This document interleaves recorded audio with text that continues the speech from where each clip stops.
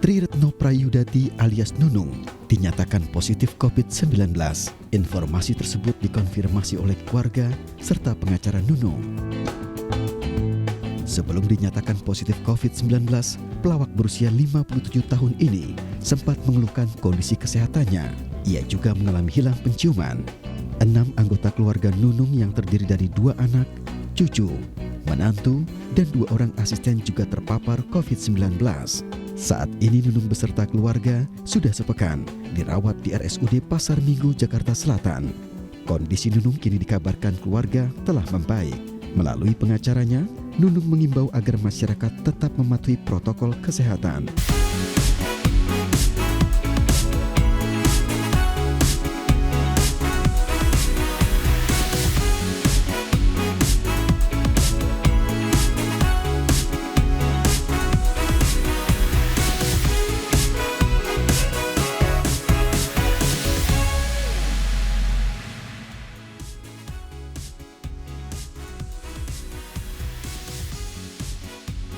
Selamat malam pemirsa, Anda menyaksikan Prime Show with Ira Kusno.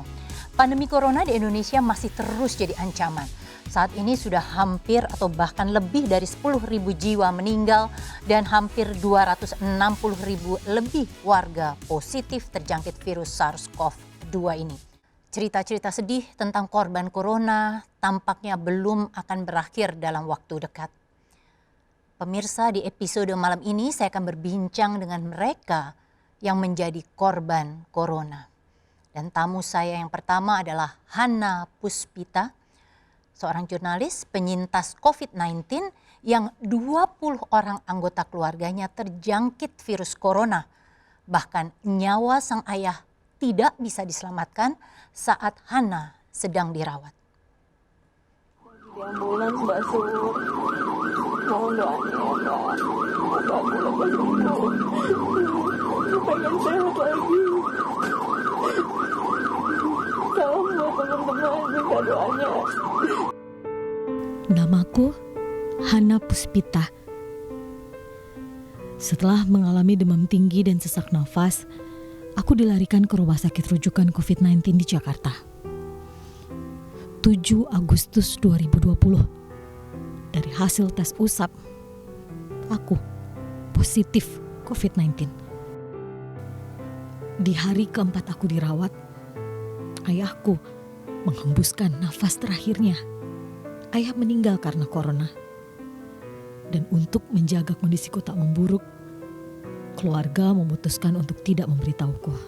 Kondisi bokapku gimana? Perasaanku gak enak.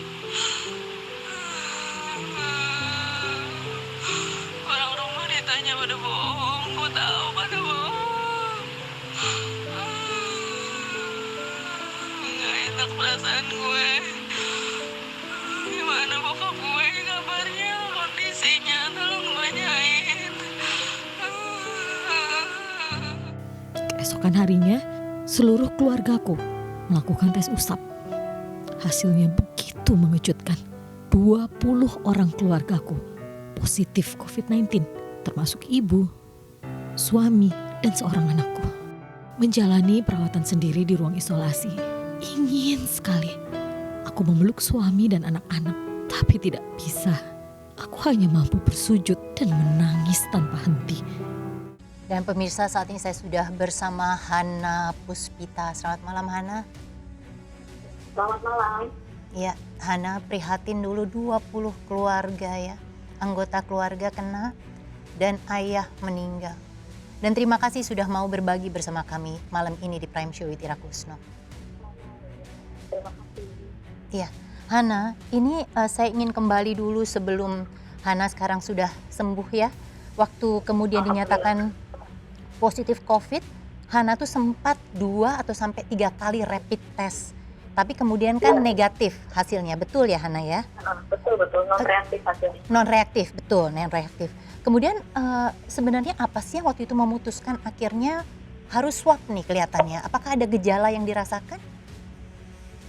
Jadi aku cerita dari awal boleh nggak? Iya, silakan Hana.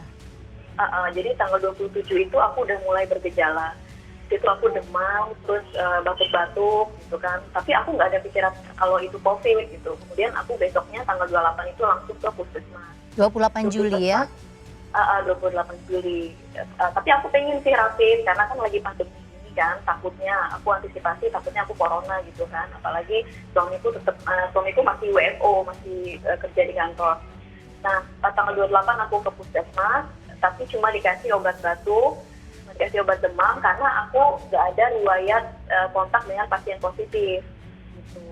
Nah, tapi besoknya setelah dari puskesmas itu, karena aku masih demam, masih batuk-batuk, jadi aku inisiatif untuk rapid sendiri.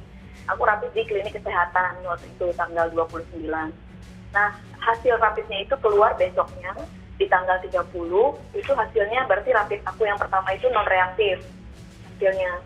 Nah, di situ udah mulai lega nih, alhamdulillah, mudah-mudahan akurasinya nih benar gitu, mudah-mudahan benar-benar bukan corona gitu kan. Tapi kok aku masih demam, masih batuk-batuk gitu.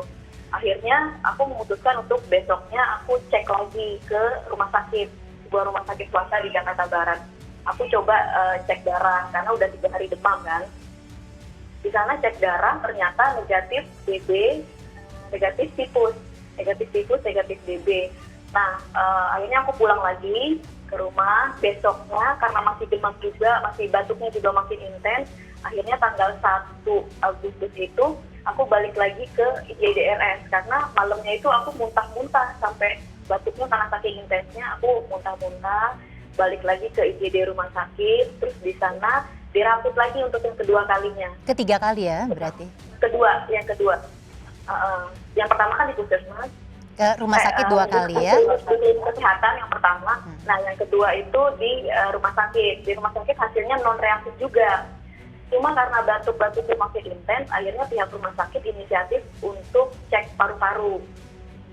Nah, setelah dicek paru-paru, ternyata ada bercak-bercak putih. Maka ketika itu aku dinyatakan sebagai pasien suspek COVID. Oke, Hana, berarti waktu kemudian cek toraks paru-paru, itu malah belum tes usap atau swab test ya? Belum. Itu baru rapid test yang kedua. Oke, nah waktu Hana ada gejala yang tadi batuk-batuk, panas sampai muntah-muntah, itu keluarga kecil Hana nih ya, jadi suami dan anak-anak itu ada gejala yang sama nggak, menunjukkan gejala yang sama? Nggak ada. Mereka sehat-sehat aja sih. Oke, nah terus kemudian ketika Hana akhirnya dinyatakan suspek COVID, itu apa yang dilakukan sesudahnya? Ketika aku dinyatakan sebagai suspek COVID, itu aku langsung tanya ke pihak rumah sakit, ini terus gimana gitu, kata pihak rumah sakit, dia harus dirawat di ruang isolasi. Karena waktu itu aku datangnya di rumah sakit swasta yang non rujukan COVID, maka aku tanya biayanya berapa gitu. Nah, pihak rumah sakit mengatakan bahwa biayanya untuk pasien corona hanya untuk APD-nya saja, APD tenaga medis, itu per harinya 4 juta rupiah. Terus karena aku merasa nggak sanggup untuk bayar 4 juta rupiah per hari di rumah sakit swasta tersebut, akhirnya aku memutuskan untuk pulang ke rumah, tapi kondisiku tuh makin menurun di situ. Nah, besoknya aku ke puskesmas untuk cek darah dan sekalian swab karena aku bawa hasil toraksku dari rumah sakit. Ini loh, aku suspek COVID, maka aku minta tolong untuk di swab. Akhirnya di swab di puskesmas, tapi hasilnya kan nggak hari itu juga keluar.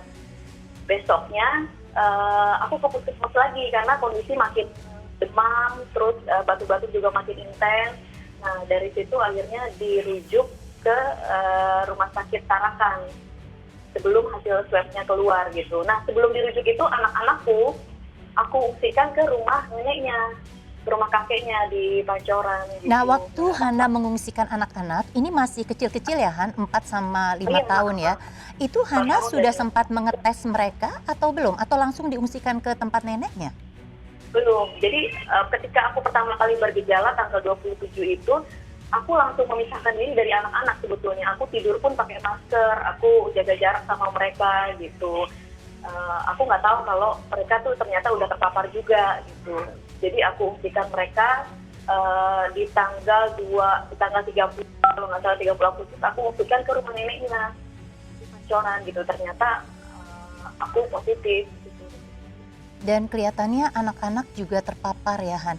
Nah, kapan Iya. ketika kemudian keluarga besar akhirnya memutuskan harus swab bersama-sama? Itu jadi pas aku dirujuk ke rumah sakit Tarakan itu kan tanggal 3 Agustus. Di hari sebelumnya, tanggal 2 Agustus itu, ayahku udah terlebih dahulu dilarikan ke rumah sakit karena jantung. Karena kan ayahku punya penyakit jantung kan, jadi aku pikir oh ini jantungnya kambuh gitu. Akhirnya dibawa ke rumah sakit Pasar Minggu, rumah sakit RSUD Pasar Minggu. Sedangkan aku besoknya tanggal 3 ke RSUD Tarakan. Nah, hasil swabku di puskesmas itu baru keluar tanggal 7 Agustus yang menyatakan bahwa aku adalah pasien positif corona gitu. Akhirnya orang di rumahku itu di-swab semua, ada mertuaku, ada suamiku, itu di-swab mereka dan hasilnya positif. Nah, ayahku itu di-swab juga 2 kali dan itu hasilnya juga positif. Makanya baru setelah ada hasil swab positif aku dan ayahku, baru semua keluarga besar di-swab juga akhirnya, Mbak. Dan ada 20 orang yang kemudian ternyata dinyatakan juga positif COVID ya. Hana, Iya. kita lihat ini ada foto ayah.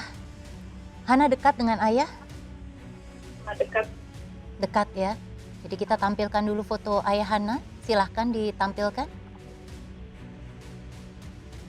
Hana, ini sebenarnya waktu ayah masuk rumah sakit dan ketika masih di rumah sakit Hana sudah masuk rumah sakit yang lain karena positif COVID. Ini adalah ayah Hana. Kita bisa saksikan bersama-sama. Ayah meninggal tapi tidak ada keluarga yang menyatakan atau cerita ke Hana karena takut drop ya. Iya, jadi ayahku kan masuk ke rumah sakit itu tanggal 2 Agustus. Terus kemudian meninggalnya itu tanggal 8 Agustus. Nah, di tanggal 8 itu nggak ada sama sekali yang ngasih tahu ke aku. Karena mungkin keluarga aku takut aku kondisinya makin drop gitu kan. Karena aku harus jaga kondisi juga di tanggal 8 itu. Tapi aku udah mulai curiga karena setiap hari biasanya mamaku tuh video call, aku nanya kabar gitu kan. Tapi kok ini udah berhari-hari nggak video call gitu. Aku tanya ke adikku, tapi dia bohong gitu. Dia bilang, iya papa baik-baik aja. Udah semakin baik gitu. Tapi akhirnya di tanggal 12 Agustus akhirnya aku telepon adikku langsung, ya udah jujur aja gitu kalau emang apapun kenyataannya insya Allah ikhlas gitu kan. Terus akhirnya baru dikasih tahu kalau papa meninggal begitu. Di situ yang bener-bener sedang banget aku di ruang isolasi sendirian. Ingin banget rasanya peluk mama lupa aku, pengen peluk anak-anak, pengen peluk mama, pengen peluk suamiku, tapi nggak bisa. Aku di ruang isolasi sendirian, bener-bener aku down banget di sana. Apalagi denger cerita dari adikku bahwa papaku di saat terakhirnya tuh nggak bisa ada yang jenguk kan karena corona. Jadi aku membayangkan papaku tuh lagi sakaratul maut sendirian. Gak ada keluarga yang Hana, nemenin. di sosial media Hana tuh mengatakan bahwa meninggalnya ayah itu membuat Hana merasa kufur nikmat dan kurang bersyukur. Artinya apa Hana? Ya artinya kemarin-kemarin tuh aku suka ngeluh gitu, misalnya kalau lagi capek kerja atau gimana, padahal aku dikasih kesehatan sama Allah, aku dikasih anak-anak yang sehat, tapi aku suka ngeluh gitu. Terus ketika aku dikasih sakit seperti itu, kemudian ayahku sampai meninggal, aku tuh merasa kemarin-kemarin aku hidup kurang bersyukur gitu. Ya, Hana ini sekali lagi dalam kondisi seperti itu, ketika kemudian Hana mengunggah cerita di media sosial dan kemudian ini menjadi viral, diunggah ulang oleh Pak Riza ya, Mas Riza Wakil Gubernur DKI Jakarta. Tapi di kolom komentar itu terjadi perdebatan juga dan Hana bahkan dituduh mengarang cerita. Jadi sudah dalam kondisi terpuruk, kemudian netizen itu sebagian ada yang mengatakan Hana mengarang cerita, membesar-besarkan. Bagaimana reaksi Hana saat itu? Ya, yang pastinya sedih ya, karena jujur aku share cerita itu pengen banget supaya apa yang aku alami ini jadi pelajaran buat semuanya, supaya tetap terapkan protokol kesehatan, supaya jangan abai, supaya jangan sampai apa yang aku alami sama keluarga ini kejadian sama kalian gitu. Tapi ternyata ada beberapa, aku nggak bilang semua, tapi ada beberapa, itu pun lebih banyak yang kasih semangat positif, tapi ada beberapa juga yang bilang bahwa ceritaku ini bohong gitu. Terus ada yang bilang lebay, ada yang bilang aku pengen jadi influencer, kebelet jadi influencer dan lain sebagainya gitu. Nah, pada saat aku posting yang pertama ceritaku itu, posisiku kan masih di rumah sakit, masih perawatan, masih positif waktu itu. Jadi karena komentar netizen itu, aku jadi kepikiran gitu, sampai sempet down lagi. Terus apalagi ditambah aku dapat kabar keluargaku positif semua gitu, sempet batuk darah juga waktu di rumah sakit. Akhirnya aku memutuskan untuk aku take down aja postingan itu, karena aku nggak mau yang pertama. Itu Ya. sih, Mbak.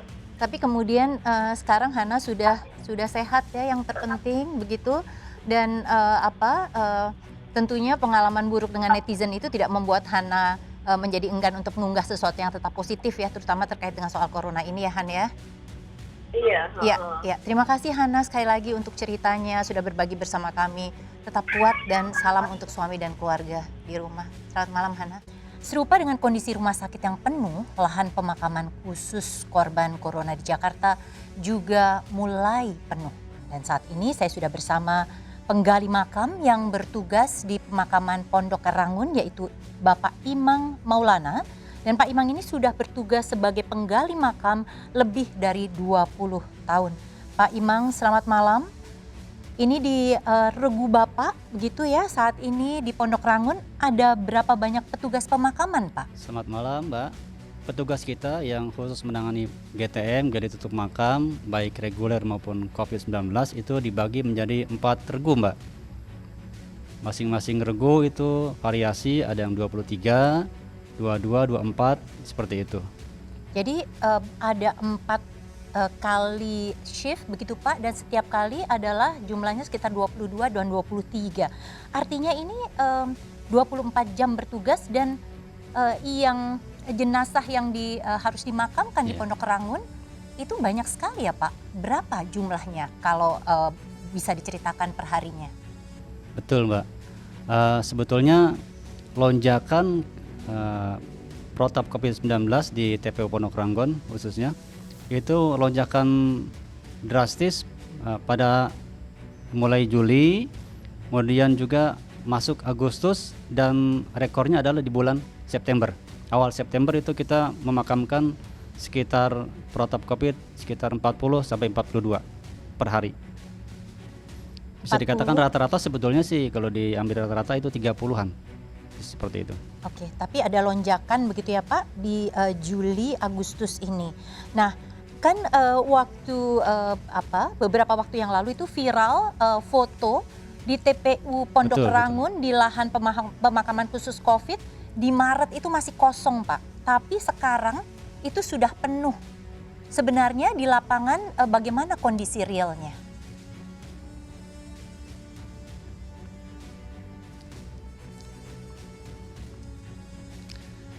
Memang awal Maret kan sekitar tanggal 16 itu baru pertama kali jenazah COVID datang ke TPU kami. Itu tahu persis saya tanggal 16 Maret. Kebetulan tim saya, tim A yang menangani pemakaman pertama kali. Itu masih sedikit Mbak. Itu paling sekitar 4 atau 5 jenazah datang ke TPU kami. Nah, kemudian minggu kedua dan ketiga di bulan April itu terjadi lonjakan pertama. Itu kita memakamkan di bulan April mencapai tertinggi 32 jenazah. Kemudian bulan Mei dan Juni itu mulai menurun. Itu sudah kisaran di bawah 10 antara Mei dan Juni. Dan Juli kembali melonjak, yang saya bilang tadi itu kisaran rata-rata 30. Bahkan di awal September kemarin itu 40 sampai 42 jenazah kita makamkan per hari. Pak Imang ini sudah bertugas selama lebih dari 20 tahun. Pernah terpikir nggak sih Pak bahwa suatu kali Bapak harus memakamkan jenazah sebanyak ini per harinya? Ya, awalnya sih tidak sama sekali terpikirkan seperti itu. Nggak nyangka kejadian seperti ini, Mbak. Karena memang sebelum COVID datang, kita bekerja di pemakaman reguler, itu paling banyak 15 per hari. Ya. Pak Imang sendiri ada rasa ketakutan begitu Dan tertular? jam kerja kita pun ya tertuang dalam adendum SPK kerja kita. Ya, Pak Imang, apakah Ya. Pak Imang ada rasa ketakutan tertular begitu Pak saat ini dengan Gimana, jumlah Mbak? jenazah yang makin banyak dimakamkan perharinya? Saya rasa manusiawi, Pak. Rasa takut dan cemas itu pasti ada. Apalagi pada saat awal yang saya bilang di pertengahan Maret, jenazah COVID-19 datang ke kami, itu kami takut banget. Takut, cemas, was-was. Ya, karena kita belum tahu gitu. Awal-awal tataran yang baik untuk memakamkan sesuai dengan protap COVID-19 yang baik itu seperti apa, kita tidak ada tataran khusus. Oke Pak Imang. Dan pada saat awal-awal jenazah datang ke TPO kita, APD pun hanya menggunakan masker dan sarung tangan saja. Pak Imang, kalau kondisinya Iya, Mbak. seperti itu, jadi bagaimana cara Pak Imang dan regunya Pak Imang serta keluarga di rumah itu memang bisa dijamin tidak tertular COVID? Ya sebetulnya sih kalau masalah itu saya pribadi, Mbak, mensiasati dengan ya saya sebagai muslim la haula wala quwata saja.